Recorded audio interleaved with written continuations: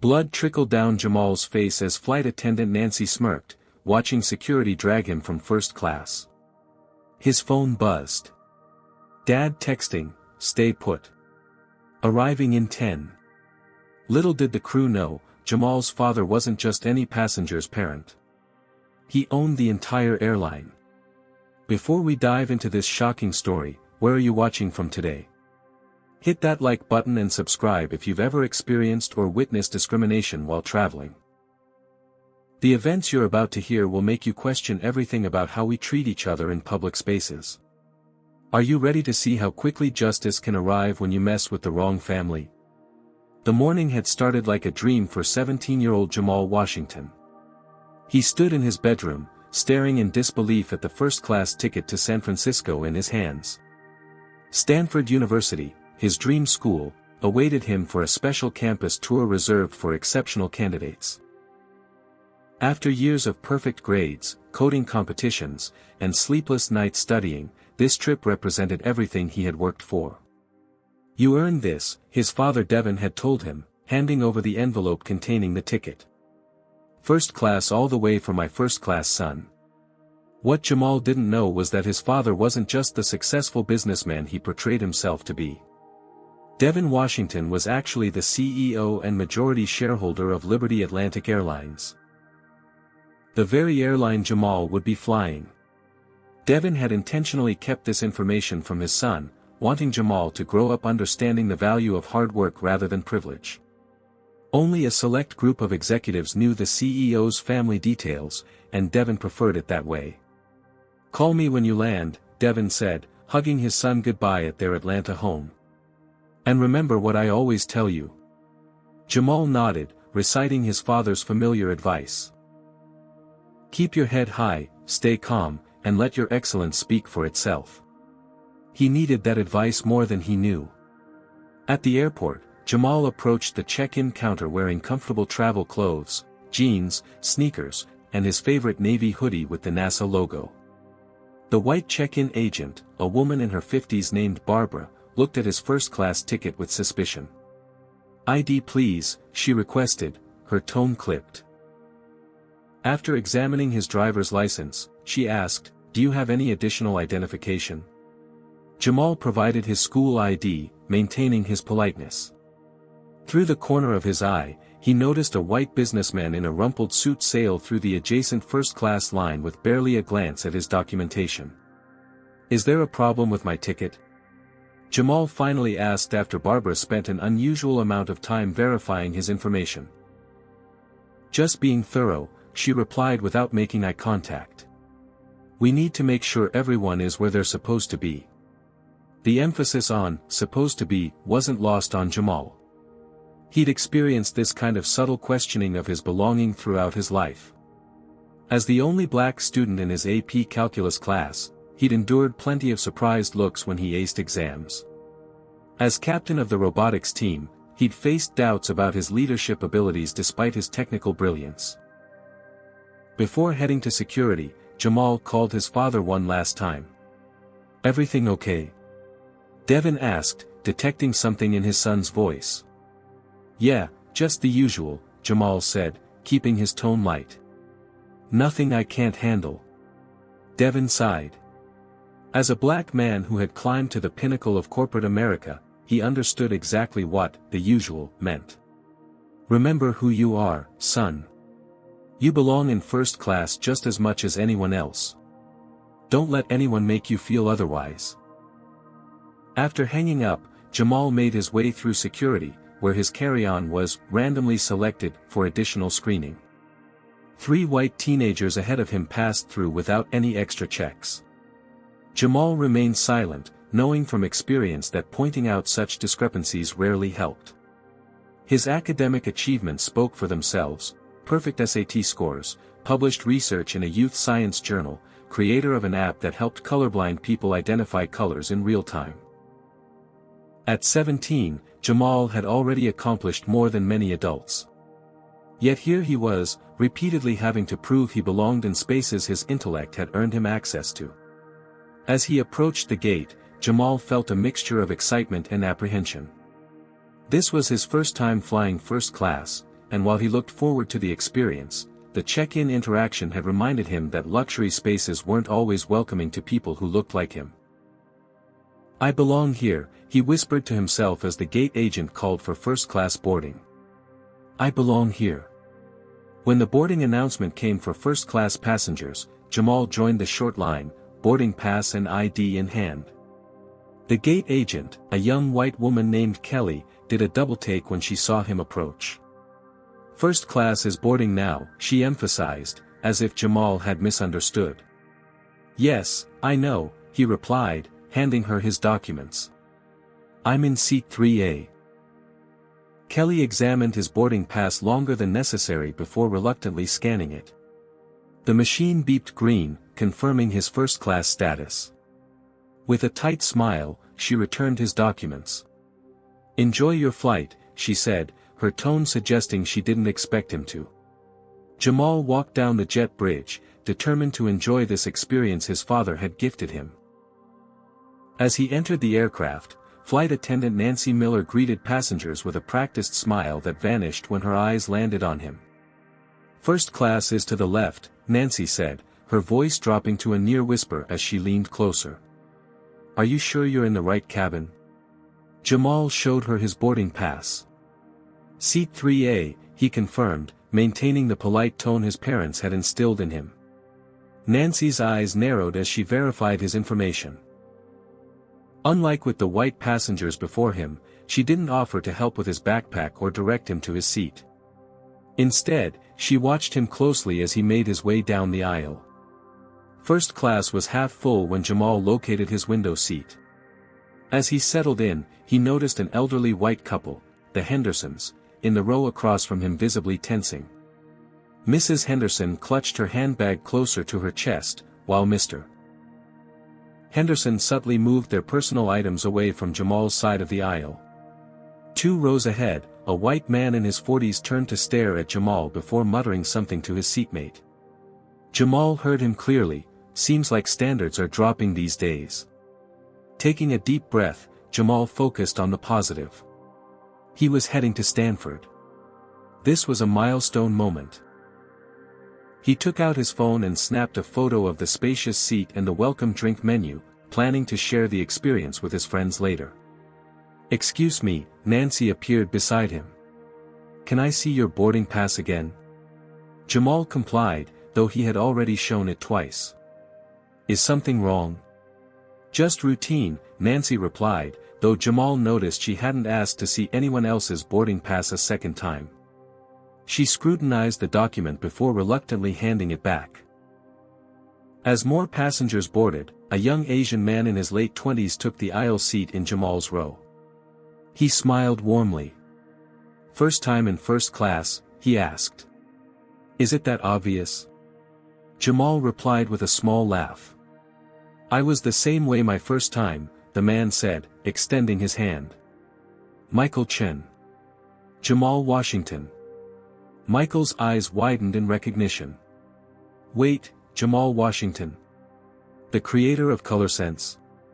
I was a judge at the National Youth Tech Competition last year. Your app was brilliant." For the first time since arriving at the airport, Jamal felt truly seen. "You remember that?" "Of course. It was the most innovative entry by far. I've been following your updates. The new feature for identifying patterns is genius." As they continued discussing technology, Jamal noticed Nancy watching their interaction with suspicion. She whispered something to the cabin manager, Thomas Peterson, a tall white man with a receding hairline, who had just emerged from the cockpit. Thomas approached their row, addressing only Michael. "Everything all right here, sir?" "Yes, everything's great," Michael replied, looking confused by the question. "We were just talking about technology." Thomas nodded but lingered, his gaze fixed on Jamal. "Let me know if you need anything," he said to Michael before walking away. The interaction reminded Jamal of countless similar experiences at his predominantly white high school. Like when security would question him, and only him, when he stayed late to use the computer lab. Or when a teacher accused him of cheating because his essay was too well written. Or when parents at science fairs would ask if he was really the creator of his award-winning projects. As the final first-class passengers boarded, Jamal overheard Nancy speaking to Thomas in the galley. "I don't know how he got in here, but he doesn't belong," she whispered, not quite quietly enough. "I'll be watching him." Michael caught Jamal's eye, clearly having heard the comment too. He shook his head slightly in disgust. "Some people never change," Michael muttered. "Don't let them get to you." Jamal nodded, but the excitement of his first-class experience had already begun to sour. What should have been a moment of pride had become yet another space where he had to justify his presence. As the economy passengers filed past toward the back of the plane, Jamal noticed several curious glances directed his way. The first-class cabin was now full, and flight attendants were preparing for departure. The white businessman Jamal had mentally nicknamed Mr. Standards was Brandon Caldwell, according to the overly friendly way Nancy addressed him when offering a pre-departure drink. "Mr. Caldwell, would you like champagne or orange juice this morning?" Nancy asked, her customer service smile firmly in place. "Champagne, please, Nancy," Brandon replied, seemingly a frequent flyer recognized by the crew. Nancy moved efficiently through the cabin, offering drinks to each passenger. When she reached Michael, her smile remained professional. "Something to drink before takeoff, sir?" "Just water, please," Michael replied. Nancy nodded and turned to leave without acknowledging Jamal. "Excuse me," Jamal called politely. "Could I have some orange juice, please?" Nancy paused, her back stiffening before she turned around. "I'll come back," she said curtly. She proceeded to serve everyone else in first class, returning to the galley to prepare the drink cart. 5 minutes passed, and while everyone else sipped their beverages, Jamal's tray table remained empty. When Nancy passed by again, Jamal raised his hand slightly. "I'm sorry, but I think you forgot my orange juice." Nancy's expression hardened. "I'm quite busy at the moment. I'll have to ask you not to give me attitude." "I wasn't giving attitude," Jamal replied, keeping his voice level. "I just wanted to remind you about my drink." From across the aisle, Brandon Caldwell snorted. "Some people need to learn their place," he said, loud enough for nearby passengers to hear. Michael leaned forward. "The young man just asked for a drink like everyone else received. What's the problem?" Nancy ignored Michael's question, her attention focused on Jamal. "Sir, if you continue to be disruptive, we'll have issues." "Disruptive?" Jamal asked, genuinely confused. "I only asked for orange juice." The confrontation was escalating beyond anything Jamal had anticipated. He noticed Thomas, the cabin manager, observing from the galley. After a brief whispered conversation with Nancy, Thomas approached, accompanied by a uniformed security officer who had been standing near the cockpit door. "Sir," Thomas addressed Jamal formally, "we've received reports of disruptive behavior." "What reports?" Jamal asked. "I've been sitting here quietly except for asking for a drink." "We also have reason to believe you may not be in your assigned cabin," Thomas continued as if Jamal hadn't spoken. "I've shown my boarding pass 3 times already." Jamal reached for his phone where he had stored his digital boarding pass. The security officer, whose name tag read James Wilson, moved closer, hand hovering near his belt. "Sir, please keep your hands where I can see them." What would normally be a simple misunderstanding was rapidly transforming into something more dangerous. Jamal felt his heart racing but remembered his father's words about staying calm. "My boarding pass is on my phone," Jamal explained slowly. "I'm just trying to show you that I'm in the correct seat." "We've had reports from multiple passengers," Thomas insisted, though he didn't specify which passengers or what they had reported. Brandon Caldwell spoke up again. "I saw him arguing with the flight attendant. Very aggressive." Mrs. Henderson nodded in agreement. "I don't feel safe with him here." Michael stood up. "That's absolutely false. He's been nothing but polite. I've been sitting right next to him." Thomas turned to Michael. "Sir, please stay out of this or we'll have you removed as well." The security officer moved closer to Jamal. "I need you to come with me, now." "This is ridiculous," Jamal protested, his voice rising slightly with frustration. "I have a valid ticket for this seat." "Do not raise your voice," Officer Wilson warned, reaching for Jamal's arm. "Don't touch me," Jamal said, instinctively pulling away. "I haven't done anything wrong." That small defensive movement was all the justification Wilson needed. He grabbed Jamal roughly by the shoulder. "You're coming with me now. What do you think about how quickly this situation escalated?" Comment number 1 if you believe Jamal should have continued trying to show his boarding pass, or comment number 2 if you think he should have quietly left to avoid further confrontation. Don't forget to like and subscribe if you've ever witnessed unfair treatment based on someone's appearance. What would you have done in Michael's position as the only passenger speaking up for Jamal? Let's see how this tense situation continues to unfold. Security Officer Wilson's grip tightened painfully around Jamal's upper arm. "Stand up now," he ordered, his voice carrying through the suddenly silent first-class cabin. "You're hurting me," Jamal said, wincing as he tried to comply. The awkward angle made it difficult to rise from the window seat with Wilson pulling him. "Stop resisting," Wilson barked, though Jamal was simply trying to stand as instructed. Michael attempted to intervene again. "This is completely unnecessary. He's not resisting." Nancy stepped forward. "Sir, remain in your seat or you'll be removed as well." As Jamal finally managed to stand, Wilson yanked him forward with excessive force, causing Jamal to stumble into the aisle. His navy hoodie caught on the armrest, ripping audibly at the seam.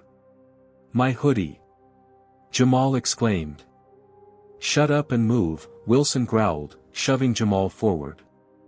The momentum sent Jamal off balance. He tried to catch himself on a seat back but missed, his forehead smacking against the sharp edge of an extended tray table. Pain exploded across his brow, and he felt immediate warmth as blood began trickling down his face. Gasps echoed through the cabin. Several passengers had their phones out, recording the escalating violence. One woman in business attire covered her mouth in horror. "You're bleeding him!" Michael shouted, standing again despite the warnings. "This is assault." Jamal raised his hand to his forehead, his fingers coming away red with blood. "Why are you doing this?" he asked, his voice shaking not with fear but with dawning anger. "I have a legitimate ticket." Nancy stepped back into the galley, but not before Jamal caught the satisfied smirk that briefly crossed her face. "They all say that," she remarked to Thomas. Wilson pulled a handkerchief from his pocket and roughly pressed it against Jamal's head. "Let's go," he commanded, pulling Jamal down the aisle. Mrs. Henderson suddenly raised her voice. "He was making threatening gestures before you came." "I saw him." "That's a complete lie." Michael protested, now recording the incident himself. "I've been sitting next to him the entire time." Officer Wilson turned to Michael. "Sir, this is your final warning. Sit down or you're next." As Jamal was dragged through first class toward the economy section, every passenger could see the blood now staining the white handkerchief pressed against his forehead. Economy passengers craned their necks to watch the commotion, many looking shocked at the sight of a bleeding teenager being forcibly removed. "I have rights," Jamal called out, trying to maintain his dignity despite the humiliation burning through him. "Check my ticket. Call my father." "Keep moving," Wilson insisted, his grip bruising Jamal's arm. As they approached the exit, Jamal managed to free his hand enough to reach into his pocket. With trembling fingers, he grasped his phone and quickly typed a text to his father, "Dad, emergency. Being dragged off plane. Bleeding. Help." He attached one of the photos another passenger had taken of him being restrained, clearly showing the blood on his face. Just as they reached the door, he hit send. Wilson noticed the phone. "Give me that," he demanded, reaching for it. No, Jamal clutched the device tightly. It was his only lifeline now. The officer tried to pry it from his hand, but Jamal's desperation gave him strength. In the struggle, Jamal was shoved against the exit door frame, adding another bruise to his growing collection. "That's enough." A male voice called from economy. "You're using excessive force on a kid." Wilson ignored the comment, finally managing to march Jamal off the plane and onto the jet bridge.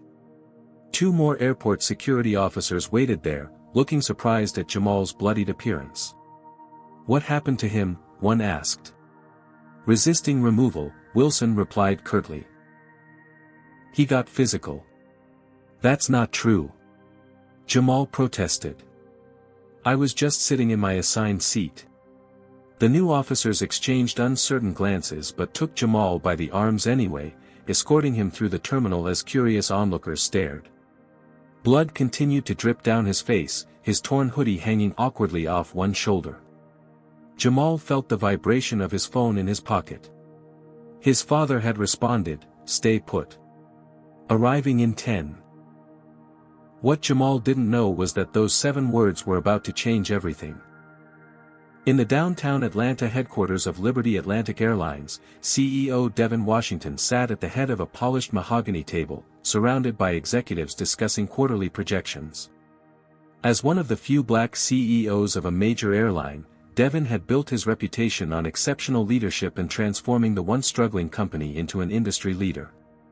His phone vibrated in his pocket, once, twice, 3 times. Normally, Devin never checked his phone during board meetings, but something about the repeated notifications concerned him. His son should have been safely on his way to San Francisco by now. "Excuse me for a moment," he said to the room of executives before glancing at his screen. The blood drained from his face as he stared at the image of his son, his brilliant, gentle son, with blood streaming down his face, being manhandled by security. The text accompanying the photo made his stomach clench. "Meeting's over," Devin announced abruptly, standing so quickly his chair rolled backward and hit the wall. "But sir, we haven't discussed the Asian market expansion," began the chief financial officer, Roger Thompson. "I said the meeting is over," Devin repeated, his voice deadly calm despite the rage building inside him. "My son is being assaulted on one of our planes." The room fell silent as executives exchanged worried glances. "Which flight?" asked Linda Patterson, the chief operations officer, already reaching for her tablet. "Flight 1422 to San Francisco," Devin replied, pocketing his phone. "I need my helicopter ready in 5 minutes. And get me the captain of that flight immediately." As executives scrambled to action, Devin strode to his private office, calling his head of security. "Alan, meet me on the helipad. My son has been assaulted on one of our flights. I want our entire legal team at the airport when I arrive." Within minutes, Devin was in the company helicopter, soaring over Atlanta traffic toward Hartsfield-Jackson International Airport. He called Jamal again but got no answer. "Try the airport security office," he instructed his assistant via the helicopter's communication system. "Find out where they're holding him." Meanwhile, Jamal sat in a small, windowless room in the airport security office. His requests for medical attention for his still bleeding head had been ignored. His attempts to explain that he was a legitimate first-class passenger had been dismissed. "We have reports from multiple crew members and passengers that you were disruptive and potentially dangerous," said a security supervisor named Kevin Reeves. "That's all we need to know." "But that's not what happened," Jamal insisted, wincing at the throbbing pain in his forehead. "I was just sitting in my assigned seat. I did nothing wrong." "Sure, kid," Reeves replied dismissively. "Everyone's innocent." The door opened, and a nervous-looking junior security officer entered. "Sir," he addressed Reeves, "there's something you should know. Operations just called. They're getting high-priority calls about this passenger." Reeves frowned. "What kind of calls?" Before the junior officer could answer, the door burst open again. A woman in an airport management suit entered, her face pale. Release him immediately, she ordered. And get medical assistance here now. On what grounds? Reeves demanded. The woman's voice shook slightly. That's Jamal Washington. His father is Devin Washington. Am I supposed to know who that is? Reeves crossed his arms defiantly. The CEO of Liberty Atlantic Airlines, she hissed. Our largest carrier. And he's landing on our executive helipad right now with the company's legal team.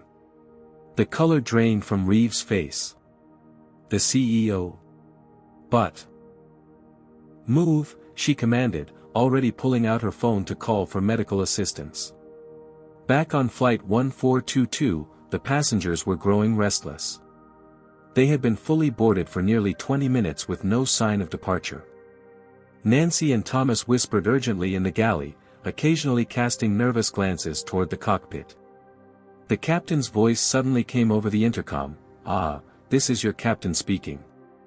We've been instructed to return to the gate. We apologize for the delay." Groans erupted throughout the cabin. "What's happening?" Brandon Caldwell demanded of Nancy as she passed his seat. "A minor technical issue," she assured him with a strained smile. Michael Chen, still in his seat despite the earlier threats to remove him, knew better. He had been texting with colleagues who worked at the airport. Word was spreading rapidly about a major incident involving the CEO. "You might want to delete those videos you took of the young man being removed," Michael overheard Brandon telling Mrs. Henderson. "Just to be safe." "Why would I do that?" she replied, though she was already opening her photo gallery. "We didn't do anything wrong." In the security office, a paramedic was now attending to Jamal's forehead wound, cleaning away the dried blood and applying butterfly bandages. "You'll need stitches," the paramedic informed him. "But this will hold for now." The door slammed open, and Jamal looked up to see his father standing there, his normally composed demeanor fractured by barely contained fury. Behind him stood a team of suits, executives and lawyers from Liberty Atlantic. "Dad!" Jamal called, relief washing over him. Devin crossed the room in 3 long strides, carefully embracing his son while avoiding the fresh bandage. "What did they do to you?" he asked, his voice tight. "I was just sitting in my seat," Jamal began, his composure finally breaking. "They wouldn't even let me show my ticket. They said I didn't belong there." Devin turned to the security personnel, who seemed to be trying to disappear into the walls. "Every person involved in this will be held accountable," he stated with deadly precision. "Starting with the flight crew." He turned to Linda Patterson, who had arrived with him. "I want that plane held at the gate. No one leaves. And find me every passenger who witnessed what happened to my son." Within minutes, the airport was buzzing with activity as Liberty Atlantic executives took control of the situation. Security footage was being pulled, statements were being collected, and a path was being cleared for Devin and Jamal to return to the gate. "Why didn't you tell me you owned the airline?" Jamal asked quietly as they walked. Devin squeezed his son's shoulder. "I wanted you to experience the world without the shadow of my position. I wanted you to be known for your own brilliance, not as the CEO's son." He paused. "I never imagined it would leave you vulnerable like this." "It's not your fault," Jamal assured him, though the emotional and physical pain still radiated through him. "No," Devin agreed, his expression hardening as they approached the gate where Flight 1422 waited. "It's not. But I know exactly whose fault it is." The atmosphere in the Liberty Atlantic terminal crackled with tension as Devin Washington strode toward Gate 37, his son at his side, surrounded by a phalanx of company executives and legal representatives. Airport staff scrambled out of their path, whispers following in their wake. "That's him, the CEO. Is that his son? What happened to his face? Someone's getting fired today." Devin's reputation preceded him. Known for his brilliance in business and his zero-tolerance policy for incompetence, he had transformed Liberty Atlantic from a struggling regional carrier into a major player in the industry. He was respected, admired, and, when crossed, feared. Today, that fear was justified. As they approached the gate, Jamal noticed the gathering crowd. News of the incident had spread through the airport like wildfire. Passengers from other flights had their phones out, recording the CEO's procession. Among them, Jamal recognized several people from his flight who must have deplaned during the delay. Mr. Washington, called the airport director, hurrying to catch up with them. We want to express our deepest apologies for this unfortunate incident. Devin didn't slow his pace. Save your apologies. I want action. At the gate desk, the agent's eyes widened in recognition as the CEO approached. Her fingers trembled slightly as she reached for the intercom.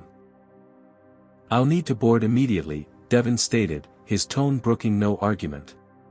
Of course, sir, she replied, hurriedly preparing the jet bridge for re-entry.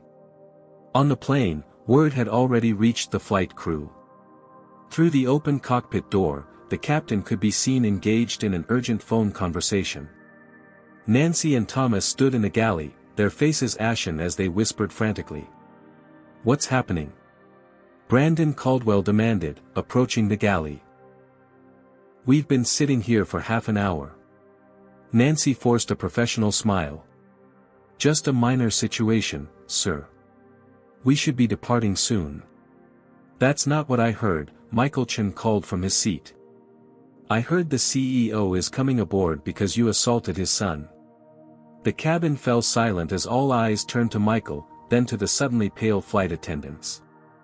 That's absurd, Thomas stammered. There must be some misunderstanding. No misunderstanding, Michael replied, holding up his phone. I have the whole thing on video. As do several other passengers. Mrs. Henderson clutched her husband's arm. We should tell them what really happened, she whispered urgently. That boy was being aggressive. Quiet, Margaret, Mr. Henderson hissed. Let me handle this. Brandon Caldwell retreated to his seat, discreetly opening his laptop and appearing suddenly engrossed in work documents. The cabin door reopened, and Thomas visibly flinched as Devin Washington entered, followed by Jamal and several executives in business attire. The bandage on Jamal's forehead stood in stark contrast to his dark skin, the surrounding area still visibly bruised. A collective gasp rippled through the cabin. Several passengers who had witnessed Jamal's removal looked away in shame. Devin surveyed the cabin slowly, his gaze finally settling on Thomas and Nancy. I'm Devin Washington, CEO of Liberty Atlantic Airlines, he announced, his voice carrying effortlessly through the cabin. And this is my son, Jamal. Nancy's mouth opened and closed without producing sound. Thomas stepped forward, his professional training kicking in despite his obvious terror. Mr. Washington, sir, there's been a misunderstanding. A misunderstanding? Devin interrupted, his voice dangerously quiet. My son was physically assaulted, bloodied, and humiliated on my airline because of a misunderstanding. The silence in the cabin was absolute. Every passenger sat frozen, witnessing corporate accountability in its rawest form. Sir, Nancy finally found her voice, we were responding to passenger complaints about disruptive behavior. Which passengers? Devin demanded. Nancy's eyes flickered briefly toward Brandon and the Hendersons. Michael stood from his seat. Sir, I was seated next to your son the entire time. He did absolutely nothing wrong. I tried to tell them, but they threatened to remove me too. And you are? Devin asked. Michael Chen, CEO of Tech Fusion. Devin nodded in recognition of the well-known tech company. Would you be willing to provide a statement about what you witnessed? Absolutely, Michael confirmed. I recorded most of it too. He held up his phone. Your son was perfectly polite. They refused to serve him a drink, accused him of having an attitude when he simply reminded them, and then claimed he was being disruptive. Other passengers began speaking up. I saw it too, called a woman in business attire from row 5. The young man didn't do anything wrong. The security officer was unnecessarily rough, added a man near the back of first class. I have it on video as well. Devin turned back to the flight crew. I want to see those videos. All of them. Now. As passengers began forwarding their recordings to an executive's tablet, Brandon Caldwell stood abruptly. I have an important connection to make. I need to deplane immediately. Sit down, Mr. Caldwell, Devin commanded without looking at him. No one is going anywhere. Brandon sank back into his seat, his face flushing. One of the executives approached Devin with the tablet, now displaying one of the videos. The footage clearly showed Jamal being roughly handled by Officer Wilson, blood appearing on his forehead after the impact with the tray table. Devin's jaw tightened as he watched. Then, he looked directly at Mrs. Henderson. I understand you claimed my son was making threatening gestures. Would you care to point out where in this video that occurred? Mrs. Henderson's face paled. Well, it was before the recording started. That's a lie, Michael interjected. I was next to him the entire time. He was perfectly calm until they started manhandling him. The evidence was mounting, damning and irrefutable. Nancy and Thomas stood rigid, their careers visibly crumbling before their eyes. Devin addressed the entire cabin. Ladies and gentlemen, I apologize sincerely for the delay. Every passenger will receive a full refund for this flight and vouchers for future travel. We pride ourselves on our service at Liberty Atlantic, and what happened today falls catastrophically short of our standards. He turned to Linda Patterson. I want this entire crew removed and replaced immediately. Call in reserves. Already done, Linda confirmed. A new crew is on their way. Good, Devin replied. Then, raising his voice to address the cabin again, I founded this airline 20 years ago with a promise. Everyone who steps aboard our planes would be treated with dignity and respect. Today, we failed to honor that promise to my own son. The irony wasn't lost on anyone in the cabin. This incident reflects a deeper problem, Devin continued, his voice resolute. One that exists not just in aviation but throughout our society. When my son, an honor student accepted to Stanford, can't sit in a seat he rightfully purchased without being profiled, assaulted, and humiliated, we have serious work to do. Do you think the crew deserves to be fired immediately, or should there be an investigation first? Comment number 1 if you believe immediate termination is justified, or number 2 if you think a proper investigation should happen before any decisions are made. Hit the like button if you believe more CEOs should take direct action against discrimination in their companies. Would you have the courage to speak up like Michael did if you witnessed something similar? The consequences of this incident are about to spread far beyond this single flight. 40 minutes after Devin Washington's arrival, Flight 1422 prepared for its second attempt at departure. The original crew, Nancy, Thomas, and 2 other flight attendants, had been escorted from the aircraft and replaced with a new team. The atmosphere in the cabin had transformed from tense to subdued, passengers processing the dramatic confrontation they had just witnessed. Devin stood at the front of the first-class cabin, addressing the passengers one final time before disembarking with Jamal. The new crew will take excellent care of you for the remainder of your journey to San Francisco. Our ground team in San Francisco will have vouchers and refund information ready when you land. He paused, his gaze sweeping across the faces before him. Today, you witnessed something that happens far too often in our society, just rarely with immediate consequences. Brandon Caldwell shifted uncomfortably in his seat, refusing to make eye contact with anyone. The Henderson sat rigid, Mrs. Henderson dabbing at her eyes with a tissue, whether from genuine remorse or self-pity was unclear. What happened to my son could have happened to anyone's child, Devin continued. But we all know it's more likely to happen to children who look like mine. Today, I was able to intervene because of my position. Most parents don't have that privilege. Michael Chin stood up. Mr. Washington, I'd like to offer my expertise. My company specializes in AI technology that could help identify patterns of discriminatory behavior in customer service interactions. We'd be honored to partner with Liberty Atlantic on addressing these systemic issues. Devin nodded appreciatively. I'll have my team contact you next week, Mr. Chen. Thank you.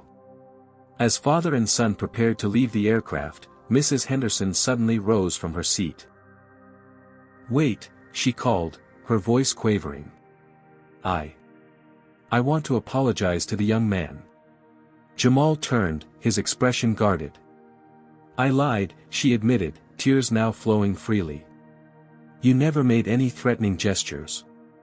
I was afraid, but not because of anything you did. Because of my own prejudices. She looked down, unable to meet his eyes. I'm truly sorry. Jamal nodded solemnly. Thank you for your honesty, ma'am. Mr. Henderson remained seated, his face flushed with embarrassment or anger, perhaps both. Brandon Caldwell made no such apology, instead busying himself with his phone, pretending to be oblivious to the unfolding scene. As Devin and Jamal exited the aircraft, Jamal turned to his father. What happens now? Now, Devin replied, guiding his son toward the terminal, we deal with the aftermath. The aftermath came swiftly. By the time they reached the private Liberty Atlantic lounge, cell phone videos of Jamal's removal and Devin's confrontation with the crew had already begun circulating on social media. The hashtag Justice for Jamal was trending, along with hashtag FlyingWhileBlack. Inside the lounge, a medical professional properly cleaned and stitched Jamal's forehead wound while Devin fielded urgent calls from company executives. Yes, I want Nancy Miller, Thomas Peterson, and security officer James Wilson suspended immediately pending investigation, he instructed the HR director. And I want a complete review of all customer complaints involving racial issues from the past 5 years on my desk tomorrow. As Devin ended the call, the door opened to admit Linda Patterson accompanied by Alan Brooks, Liberty Atlantic's head of security. We've identified the security officer who assaulted Jamal, Alan reported. He's been suspended pending investigation. Airport management is cooperating fully. And the passengers? Devin asked. Michael Chen has provided his full video and statement, Linda replied. 3 other passengers have also come forward with footage and testimony supporting Jamal's account. The Hendersons have requested a private meeting with you. Denied, Devin said flatly. They can speak to our legal team. Jamal, now patched up and changing into a fresh Liberty Atlantic branded sweatshirt, his hoodie having been ruined, looked up. What about that man, Brandon Caldwell? He was the one who said I needed to know my place. Linda consulted her tablet. Brandon Caldwell, frequent first-class passenger, works as vice president of sales at Pinnacle Financial. We've already received calls from their PR department trying to get ahead of this. I imagine they are, Devin said grimly. His behavior will be very interesting to their diverse client base. By evening, the incident had exploded across national news. Cell phone footage from multiple angles showed Jamal's violent removal, the blood streaming down his face, and his father's confrontation with the crew. News vans gathered outside Liberty Atlantic headquarters in downtown Atlanta, while social media continued to amplify the story.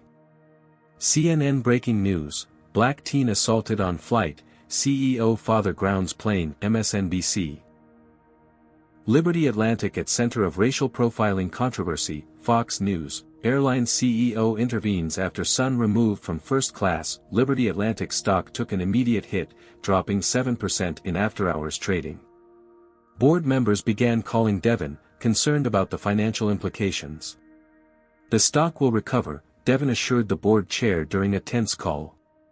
Our integrity as a company wouldn't if we tried to sweep this under the rug. Meanwhile, competing narratives began emerging. Brandon Caldwell gave an interview to a sympathetic business publication, claiming he had been misunderstood and that he felt genuine concern about disruptive behavior that threatened flight safety.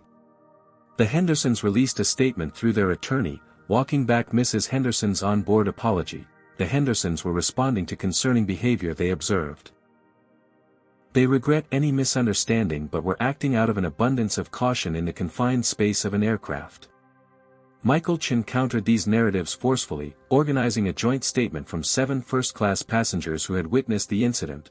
What we observed was textbook racial profiling and discrimination, followed by excessive force against a minor who had done nothing wrong. Any claims to the contrary are fabrications designed to protect the perpetrators. At Liberty Atlantic headquarters, the crisis management team worked through the night. Devin insisted on a response that acknowledged the reality of the situation rather than minimizing it. "This will be a turning point for our company," he told his executive team. "We either confront the ugly truth that this kind of discrimination exists in our organization, or we become complicit in perpetuating it." Not everyone agreed with this approach. Several board members argued for a more cautious response that would protect the company's stock price and reputation. "With all due respect," countered the chief diversity officer, Amara Jackson, "our reputation will suffer far more if we try to downplay what clearly happened. The videos don't lie. This is an opportunity to lead the industry in addressing a problem that affects every airline." Devin nodded. "Amara's right. Draft a statement acknowledging that racial profiling occurred, that it's unacceptable, and outlining specific steps we're taking to address it." He paused. "And add that Nancy Miller, Thomas Peterson, and security officer James Wilson have been terminated, effective immediately." "Without a full investigation?" asked Roger Thompson, the CFO, looking concerned. "The videos are the investigation," Devin replied firmly. "We have multiple angles showing excessive force against a minor who had a valid ticket and was doing nothing wrong. We have audio of crew members saying he doesn't belong in first class. What more do you need?" No one had an answer to that. Back at the Washington home that evening, Jamal sat in the family room with an ice pack against his stitched forehead. The events of the day had left him physically and emotionally drained. "You still want to visit Stanford?" Devin asked, sitting beside his son. "Definitely," Jamal replied without hesitation. "I'm not letting what happened today derail my future." Devin smiled proudly. "That's my boy." "But Dad," Jamal added, "I want to use what happened to make a difference somehow." Devin nodded thoughtfully. "I think we both will." By the following morning, the story had exploded. Flying While Black dominated news cycles, with Jamal's bloodied face appearing on every major network.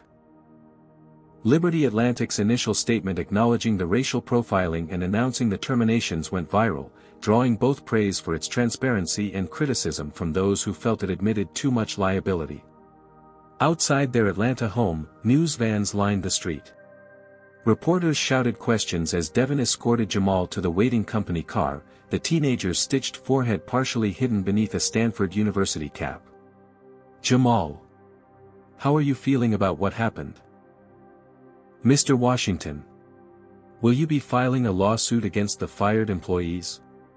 Is this incident indicative of larger problems at Liberty Atlantic?" Devin raised a hand, silencing the barrage. "My son and I will be making a statement later today. For now, we ask for privacy as he recovers from his injuries." At Liberty Atlantic headquarters, the crisis had triggered the largest all-hands meeting in company history.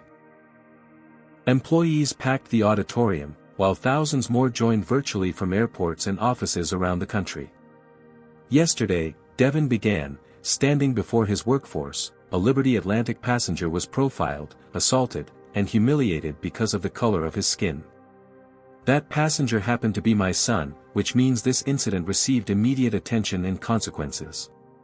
But I keep asking myself, how many similar incidents have occurred without a CEO father to intervene? The auditorium fell silent.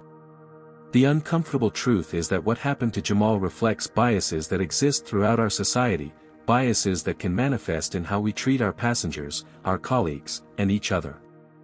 Devin paced slowly across the stage. "I take full responsibility as CEO. The culture of an organization starts at the top, and clearly, I have failed to create an environment where such behavior is unthinkable. On screens throughout the auditorium, slides appeared showing new initiatives: mandatory anti-bias training for all customer-facing staff, revised security protocols requiring supervisor approval for passenger removals, an anonymous reporting system for employees to flag discriminatory behavior, and a passenger Bill of Rights to be prominently displayed at all Liberty Atlantic gates. These are just first steps, Devon emphasized. The real change must come in how we see each other, in the assumptions we make, and in the courage to speak up when we witness injustice.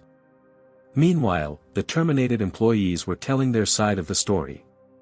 Nancy Miller appeared on a conservative morning show, tearfully claiming she had been made a scapegoat for political correctness. "I was just following protocol for disruptive passengers," she insisted. This had nothing to do with race. The host nodded sympathetically. "So you're saying you would have treated any passenger the same way?" "Absolutely," Nancy replied. "Safety is always our primary concern." Footage from Jamal's removal played alongside her interview, the stark contrast between her claims and the visual evidence apparent to viewers. Thomas Peterson took a different approach, releasing a written statement through his attorney expressing deep regret for the miscommunication that led to this unfortunate incident, while stopping short of admitting any wrongdoing or bias. Security Officer James Wilson remained silent on advice from his lawyer, but the airport authority had already distanced itself, stating that his actions did not align with our training or protocols for passenger management. The most dramatic media moment came when Brandon Caldwell's employer, Pinnacle Financial, announced his voluntary resignation following an internal review of the incident. The company's statement emphasized its commitment to diversity and inclusion, implicitly acknowledging that Caldwell's recorded comments had made his position untenable. Social media continued to amplify the story, with the hashtag #JusticeForJamal generating millions of interactions.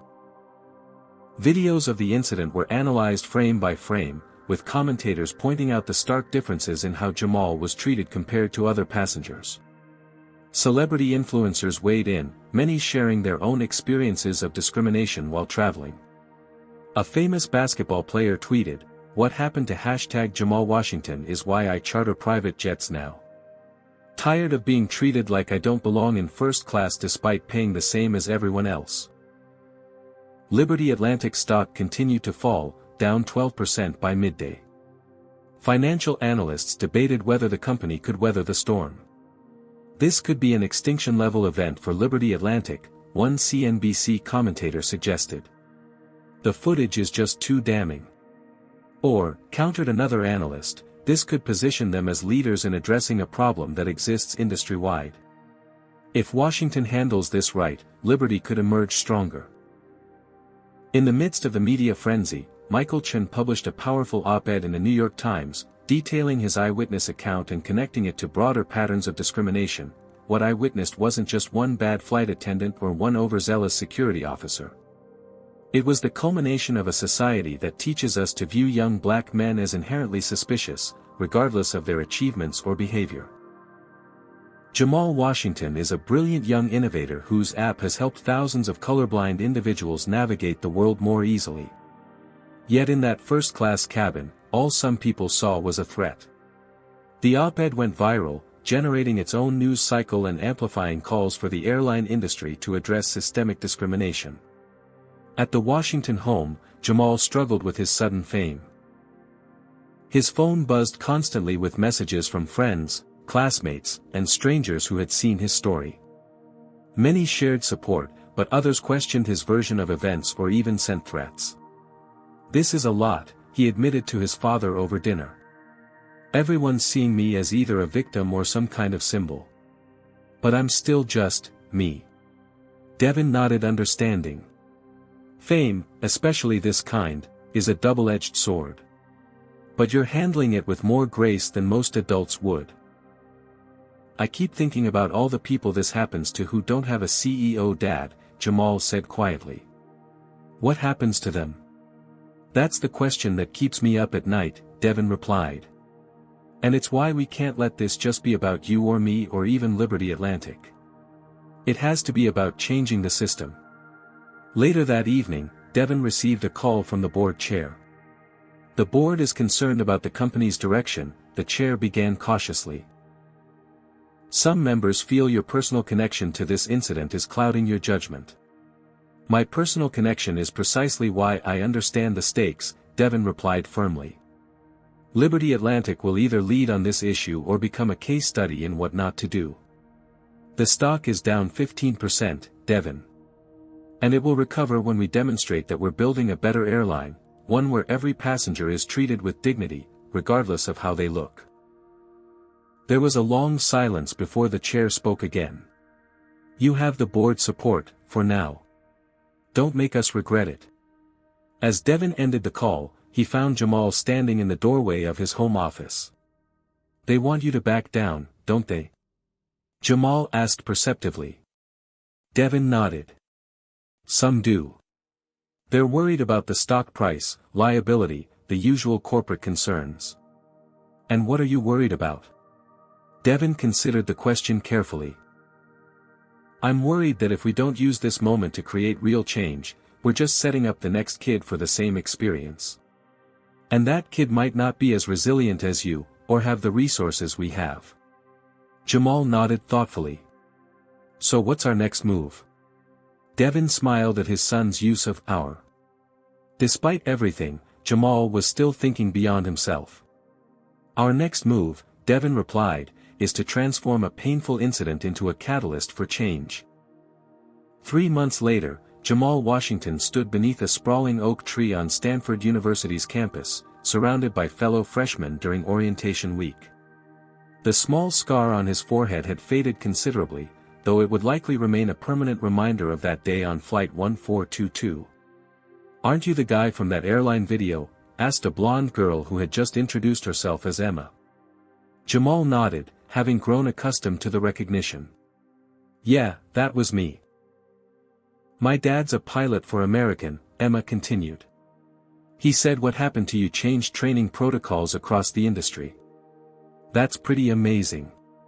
Before Jamal could respond, his phone buzzed with a text from his father, big announcement today. Turn on CNBC at 2 p.m. Across the country at Liberty Atlantic headquarters in Atlanta, Devon Washington stood before a packed press conference. The company's stock had recovered most of its losses over the past quarter, bolstered by bold new initiatives that had earned praise from industry watchdogs and civil rights organizations alike. Today, Liberty Atlantic is proud to announce the launch of the Jamal Washington Scholarship for Excellence in Aviation, Devon stated, cameras flashing before him. This program will provide full college funding and guaranteed internships to 50 minority students annually who wish to pursue careers in aviation, from pilots to engineers to executives. The announcement represented just one facet of Liberty Atlantic's comprehensive response to the incident. In the months following Jamal's removal, the company had implemented the most sweeping diversity and anti-bias training program in the industry. Every employee, from baggage handlers to board members, underwent mandatory training designed by leading experts in the field. Nancy Miller, Thomas Peterson, and security officer James Wilson had not only lost their jobs but were facing civil charges for assault and battery in Jamal's case. Their terminations had sent a clear message throughout the company: discriminatory behavior would not be tolerated, regardless of seniority or circumstance. Brandon Caldwell had suffered his own consequences. After his voluntary resignation from Pinnacle Financial, he found himself virtually unemployable in the financial sector. The video of his "Know Your Place" comment had become a case study in workplace bias training programs across the country. The Hendersons had issued a more genuine public apology after Mrs. Henderson's initial on-board admission was contradicted by her later statement. The couple had since enrolled in community reconciliation programs in their hometown. For Michael Chen, the incident had solidified his company's focus on developing AI tools to identify patterns of bias in customer service interactions. Liberty Atlantic had become TechFusion's first airline partner, implementing the technology throughout its customer service platforms. Our algorithm can flag potential bias in real time, Michael explained during a joint presentation with Liberty Atlantic executives. For example, if first-class passengers of color are being asked for ticket verification at significantly higher rates than white passengers, the system alerts management to the pattern. The technology was now being adopted by hotels, restaurants, and retailers seeking to address similar issues in their customer interactions. Back at Stanford, Jamal met with Michael for lunch at a cafe near campus. The tech CEO had become both mentor and friend to the young student over the past months. "How's the computer science program treating you?" Michael asked as they settled at their table. "Challenging in the best way," Jamal replied with a grin. "And the internship offer for next summer? I can't thank you enough." Michael waved away the gratitude. "Your app already proved your talent. What happened on that plane just proved your character." Jamal's phone buzzed with another text from his father, announcement made. "Call when you can. Dad's launching the scholarship program today," Jamal explained to Michael. 50 full rides a year for minority students interested in aviation. Michael nodded approvingly. "Your father's turned a corporate crisis into genuine social impact. That's rare." "He says it's the least he can do," Jamal replied. "He still feels guilty that his position as CEO was the only reason I got justice. That's why the work matters," Michael said. "To create systems where justice doesn't depend on who your parents are." Later that evening, Jamal FaceTimed with his father from his dorm room. "The scholarship announcement is getting fantastic coverage," Devin reported. "Applications are already pouring in." "That's great, Dad," Jamal said sincerely. "I've been thinking about something, though." "What's that?" "Remember how I always wanted to be a pilot when I was little? Before I got into coding?" Devin smiled at the memory. "You had model planes hanging from every inch of your ceiling." "I'm thinking of taking flying lessons," Jamal continued. "Not changing my major or anything, but maybe getting my private pilot's license. After everything that happened. I don't want to let anyone define what spaces I can or can't enter." Pride shone in Devin's eyes. "I think that's a perfect idea." The following weekend, Jamal was invited to address a student organization focused on diversity in STEM fields. Standing before the group of eager faces, he found himself reflecting on the journey of the past few months. 3 months ago, I was just a kid excited to fly first class for the first time," he began.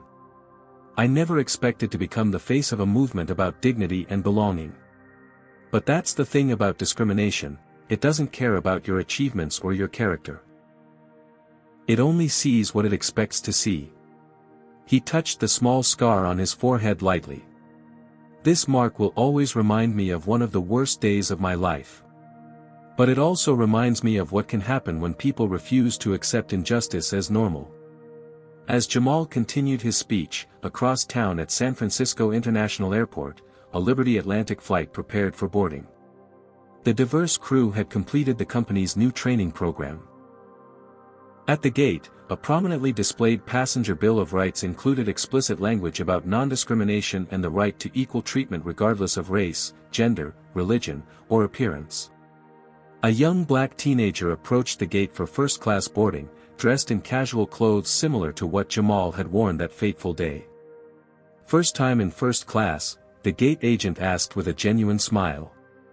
"Yes, ma'am," the teen replied. "You're going to love it," she assured him, scanning his boarding pass. "Enjoy your flight." As the teen boarded, he had no idea of the changes that had been implemented to ensure his experience would be fundamentally different from Jamal's. He would never know how close the industry had come to dismissing the incident as an isolated case rather than addressing the systemic issues it revealed. Back at Stanford, Jamal concluded his address to enthusiastic applause. "The work isn't finished," he emphasized to the students. "What happened to me was just one visible instance of something that happens every day in less dramatic ways. The real change happens when we all recognize our responsibility to speak up, like Michael did on that plane, even when it's risky or uncomfortable." Later, Jamal and his father collaborated via video call on reviewing new training materials for Liberty Atlantic crew members. They had developed a unique workshop where Jamal shared his experience directly with employees, humanizing the statistics and policies. "Do you ever wish none of this had happened?" one employee asked during a virtual session. "That you could have just had a normal flight?" Jamal considered the question carefully. "Sometimes," he admitted. "But then I think about all the passengers who've written to me sharing similar experiences where nothing changed. If what happened to me means their next flight will be different, then maybe it was worth it." As evening fell on Stanford's campus, Jamal walked back to his dorm beneath a canopy of stars. His phone buzzed with a notification. Another Liberty Atlantic flight had completed its journey safely, one of hundreds that would do so that day. For the passengers aboard, it was just a normal trip. But the normalcy itself represented progress.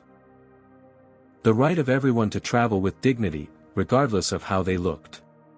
The scar on Jamal's forehead would fade further with time, but the impact of what happened that day would continue to ripple outward. One teenager's humiliation had become a catalyst for change, a reminder that justice sometimes requires more than policies and procedures. It requires courage, from those who experience discrimination and those who witness it.